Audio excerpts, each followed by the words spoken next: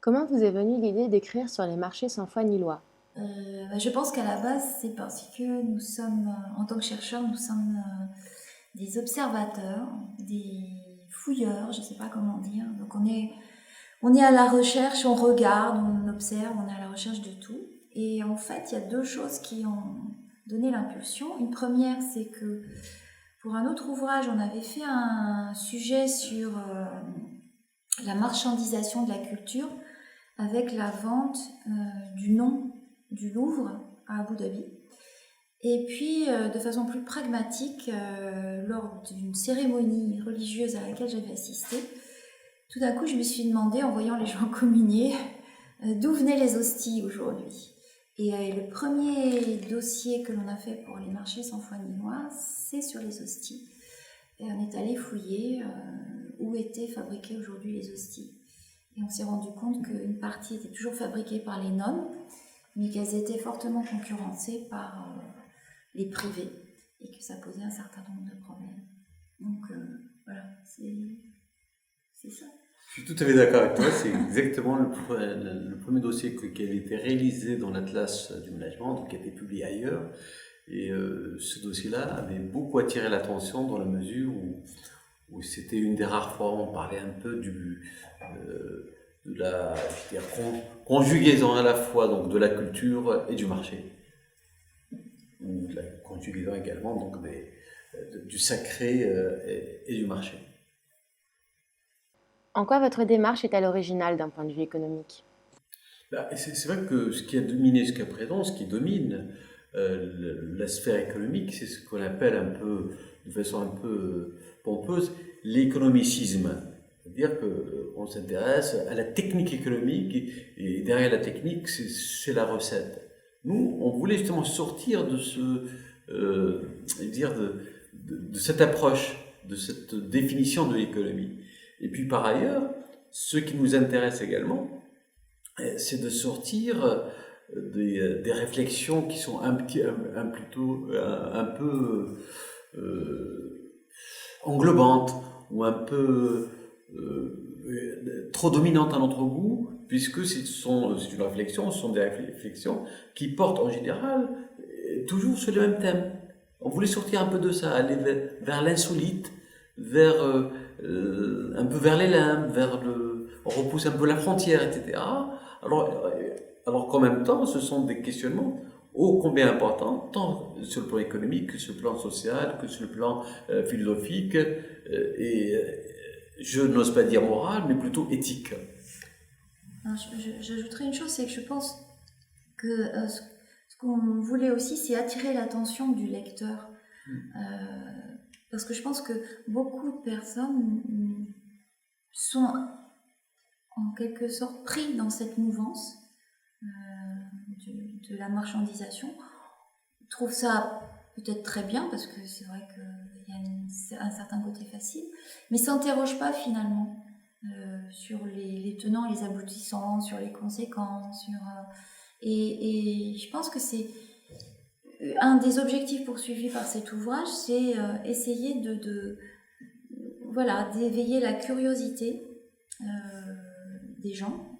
Donc ça passe par le lecteur sur ce qui est en train de se passer et qu'il y ait une réflexion sur ce qui se passe.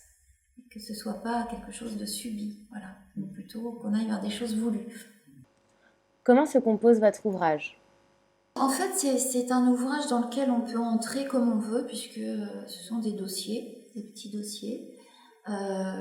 Donc on peut très bien commencer par la fin ou par le début, avec à chaque fois un marché. Alors ça peut être le mercato pour les footballeurs dont vient de parler Fauzi, le marché des insectes, donc les hosties, on en a parlé, etc. Et le premier ouvrage de la collection est structuré en 3 parties. La première, on a appelé ça Exit la foi, donc c'est tous les marchés où la foi disparaît, le sacré disparaît. Ensuite, Exit la loi, donc là c'est les marchés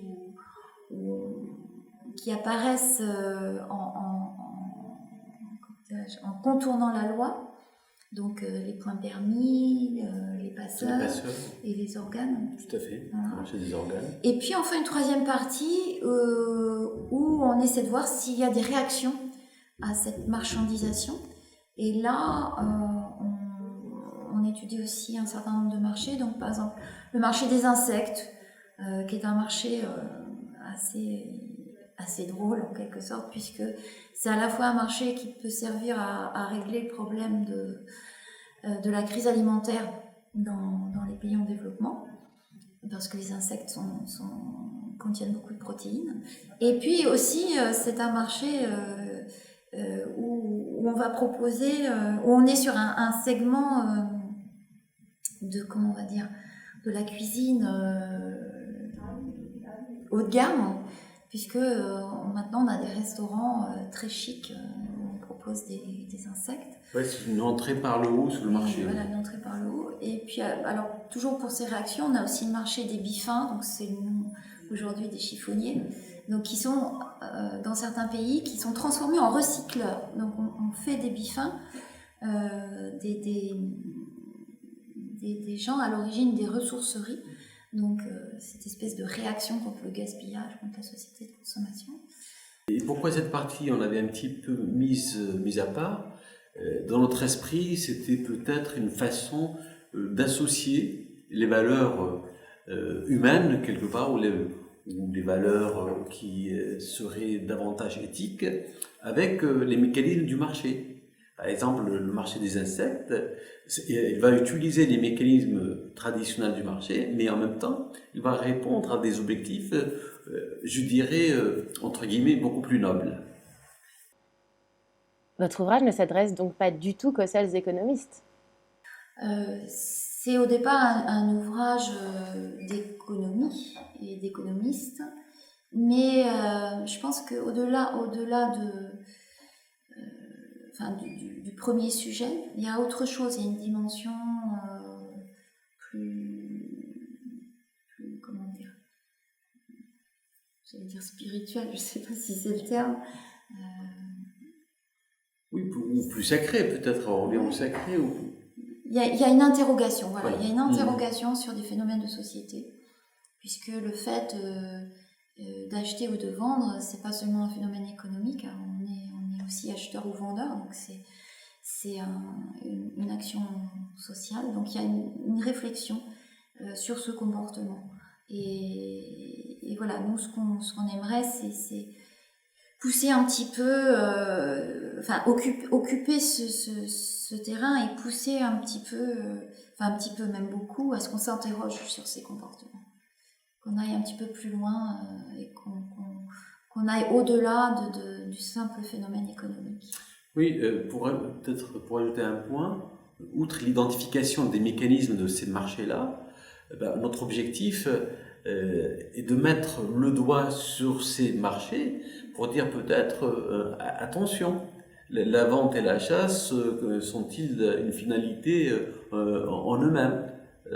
Est-ce qu'on peut tout vendre? Est-ce qu'on peut tout acheter, etc.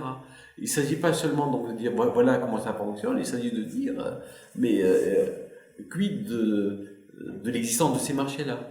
Quid de la finalité de ces marchés-là? Et quid des comportements des individus qui opèrent, qui agissent sur ces marchés-là?